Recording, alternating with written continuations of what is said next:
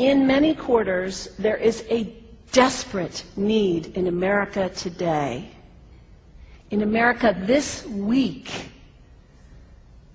for a healthy dose of religious humility. There are too many people getting too much face time on television who claim exalted status for Christianity and who are demeaning other faith traditions, particularly that of Islam. And my friends, this has got to stop. The trigger for this latest wave of intolerance is media coverage, many of you have seen it, about a plan to build a Muslim community center 2 blocks from Ground Zero. The center will have a mosque, an auditorium, and a pool. It is modeled after YMCAs and Jewish community centers all across the country. For all I know, it's got locker rooms and childcare. Now, to be very clear here, reasonable, faithful, caring people can disagree about how they feel about this facility being built so close to Ground Zero. But that does not justify the wave of fear and suspicion that has washed over this country over the last 10 days. The media are now calling this a wave of Islamophobia that is sweeping across America. I saw a story this week on CNN about a minister in Gainesville, Florida, who has declared September 11th of this year Burn the Quran Day. Thank you for your reaction. That was mine. This guy is a minister at a non-denominational church called the Dove World Outreach Center. He said all kinds of disparaging, insulting, inaccurate things about Islam that I'm not going to repeat from this pulpit. His message is about hate and fear, and I can assure you there is nothing in the Gospels, there is nothing in the teaching of Jesus Christ that says anything about burning the holy texts of other traditions. It is not there. The proposed burning of the Quran is obscene. It is not the work of peace. It is not the work of understanding. It is not the work of building bridges. It is insanity. Now, the good news is there are a lot of groups, a lot of churches, even the National Association of Evangelicals, who are condemning this action and urging the church to cancel their event. A conversation about God demands grace and openness, a willingness to learn, to have our own ideas challenged, our convictions questioned. These are the hallmarks of humility. When I was in seminary, I read from someone whose name is lost to me now, when you speak of God, your voice should shake a little. You know, Jesus had no time for religious know-it-alls. He saved some of his harshest criticism for church leaders, for the Pharisees, the religious leaders who were so certain about who was out and who was in, who was holy and unholy, clean and unclean. Jesus was forever taking all this religious certainty and turning it on its head.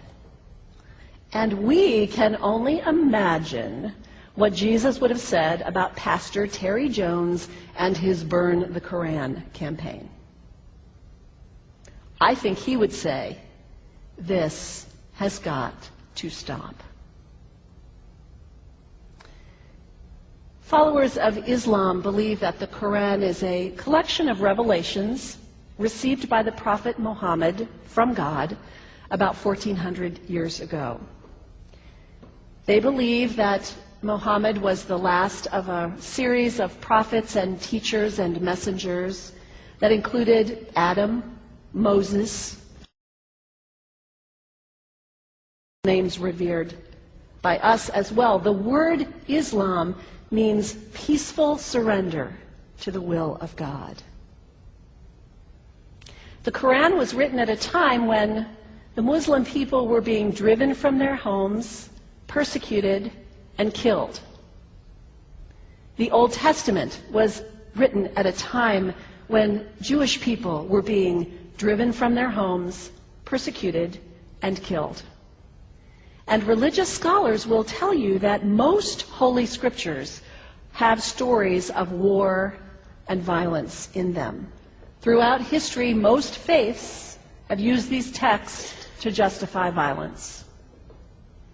And if there's anyone in this room at this moment who's thinking that I've got it wrong, after church today, pull out your Bible and look up Psalm 137.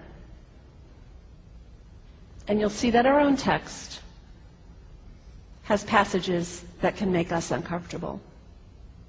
But also, like the Bible, the predominant message of the Quran is of peace and care and loving God, justice, care for the neighbor, care for the stranger. In the Bible, we have thou shalt not kill. In the Quran, we have whoever kills another, surely he is killing all of humanity.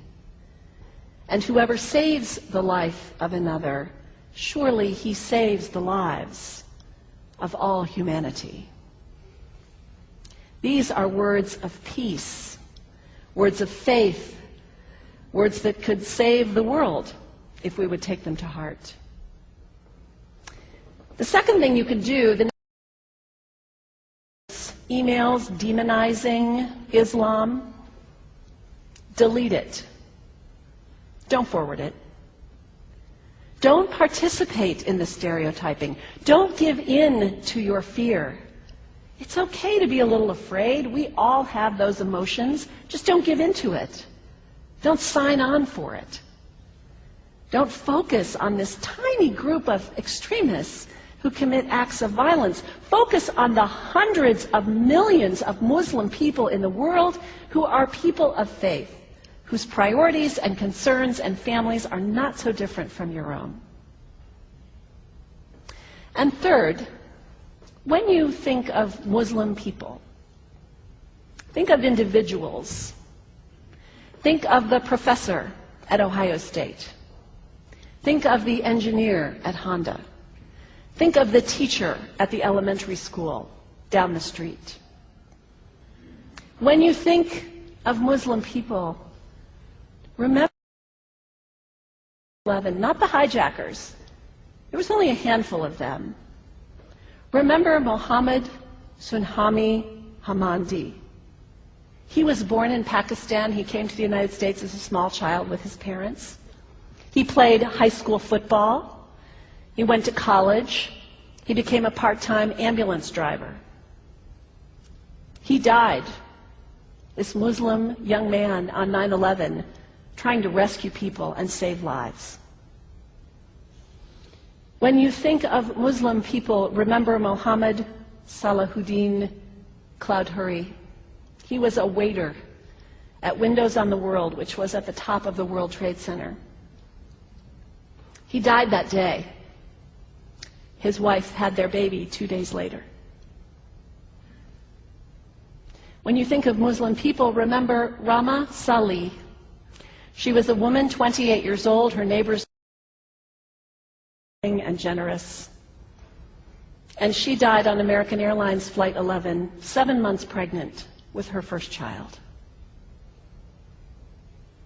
Remember the founder of the Islamic Circle of North America, who worked in the World Trade Center and also died on September 11th.